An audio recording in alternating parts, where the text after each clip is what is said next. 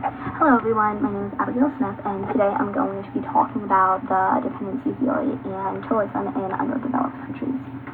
So the Lonely Planet's a company that generates travel guides with travel information, and this is how they describe Mexico. A country rich with history, delicious food, and sprawling beaches. Whether you're interested in roaming the grounds of old Mesoamerican ruins, lying out on the white sands of the country's many resort beaches, or going snorkeling off the waters of the Yucatan Peninsula, there is something for everyone who wants to travel to Mexico.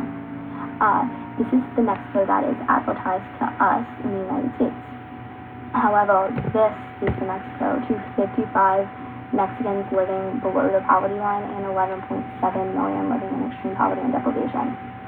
According to the Hunger Project, 98% of the undernourished people in the world live in developing countries.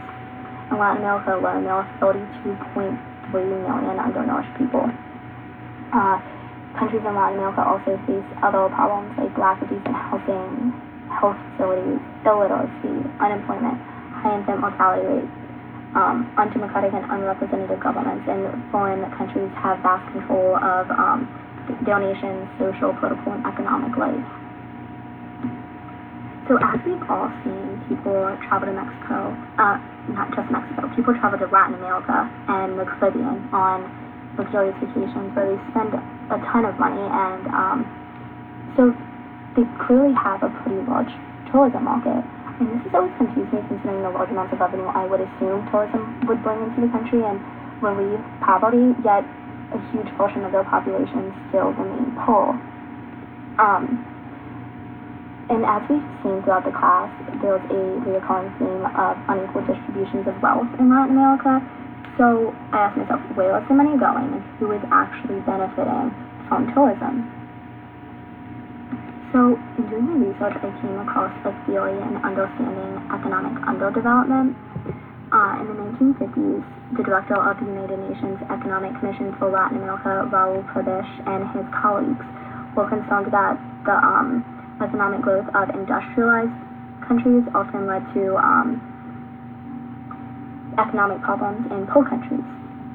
So they developed the dependency theory, and this theory can be used to explain the economic, social, political, and cultural development of Latin America and how it comes with a greater reliance on the expanding capitalistic world system. So this system gives the more advanced countries the opportunity to extract surplus value from the underdeveloped countries, which keeps them underdeveloped, and it doesn't do anything to resolve class conflicts and oppressive governments. And the possibility of this happening was not predicted by the neoclassical theory, which assumed that economic growth would benefit everybody, even if the benefits weren't necessarily distributed equally.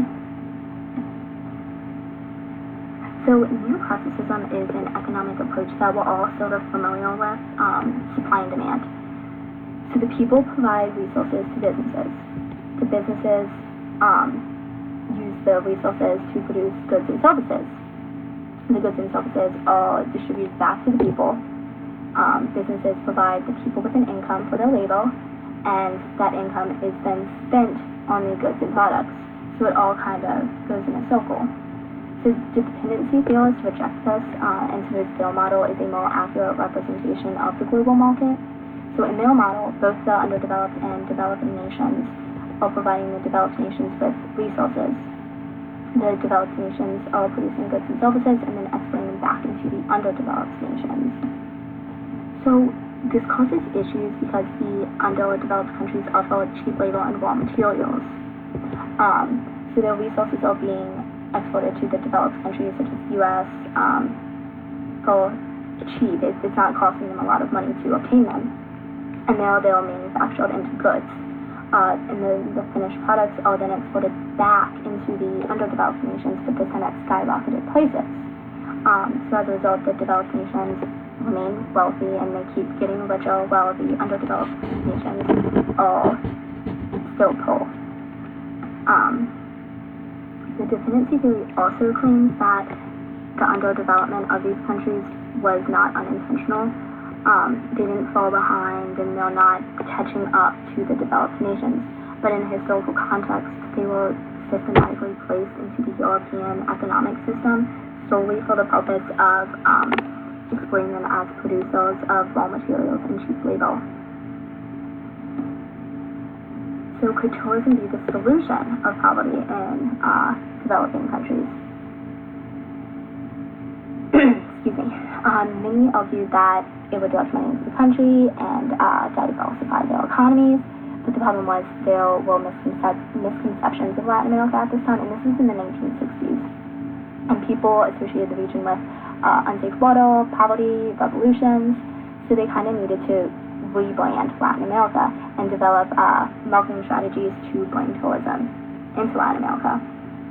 So originally, most of the advertising came from U.S. airline companies like British, Pan Am, and Eastern. They needed to appeal to the United States since the United States was the main generator of tourism. The advertisements were mostly aimed towards upper and middle class white people, and they encouraged them to stay in luxurious first class hotels. So here's an excerpt from the travel section of the San Francisco Chronicle in 1971. The prettiest women in Mexico are in the Oaxaca state. They swing along slowly and gracefully. Their loose dress swings to and fro, and they roll majestic hips from side to side. They love clothes, even if they only have a few paces. They wouldn't think of going to a fiesta in last year's dress. So this ad is clearly racist, sexist, and condescending. But anyway, after 1968, people stopped paying. The United States stopped paying for the advertisements.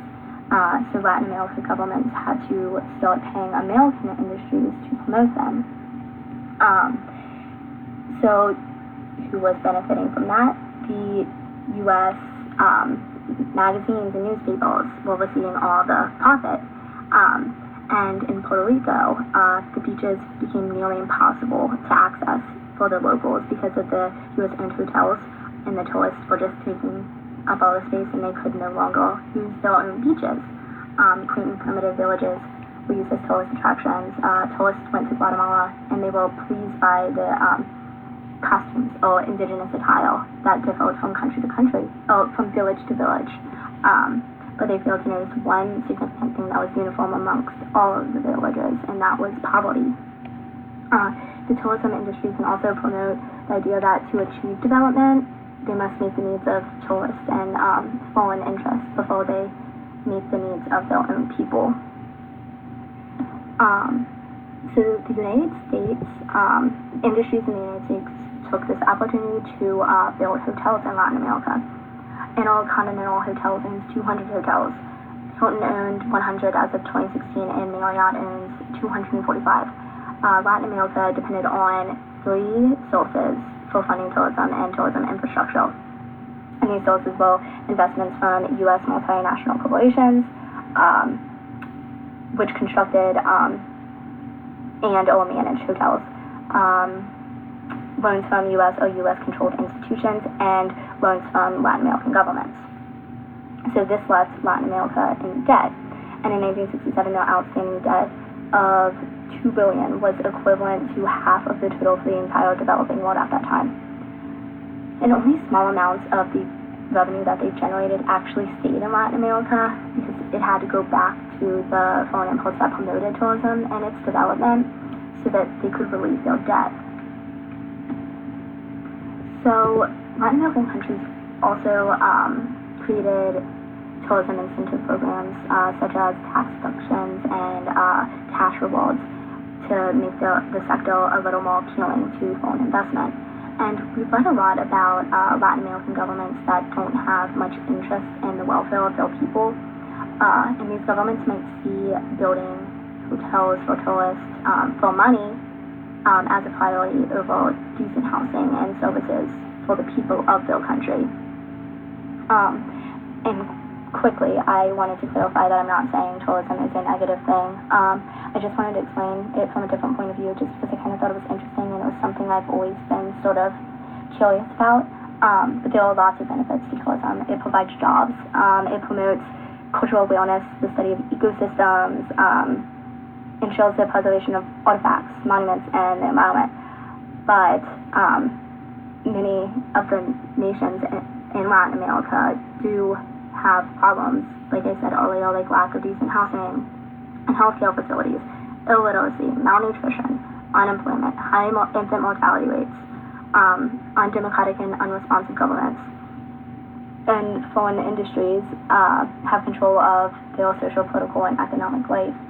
So what I'm saying is that the benefits of tourism should be obtained by the people of Latin America rather than, American businesses.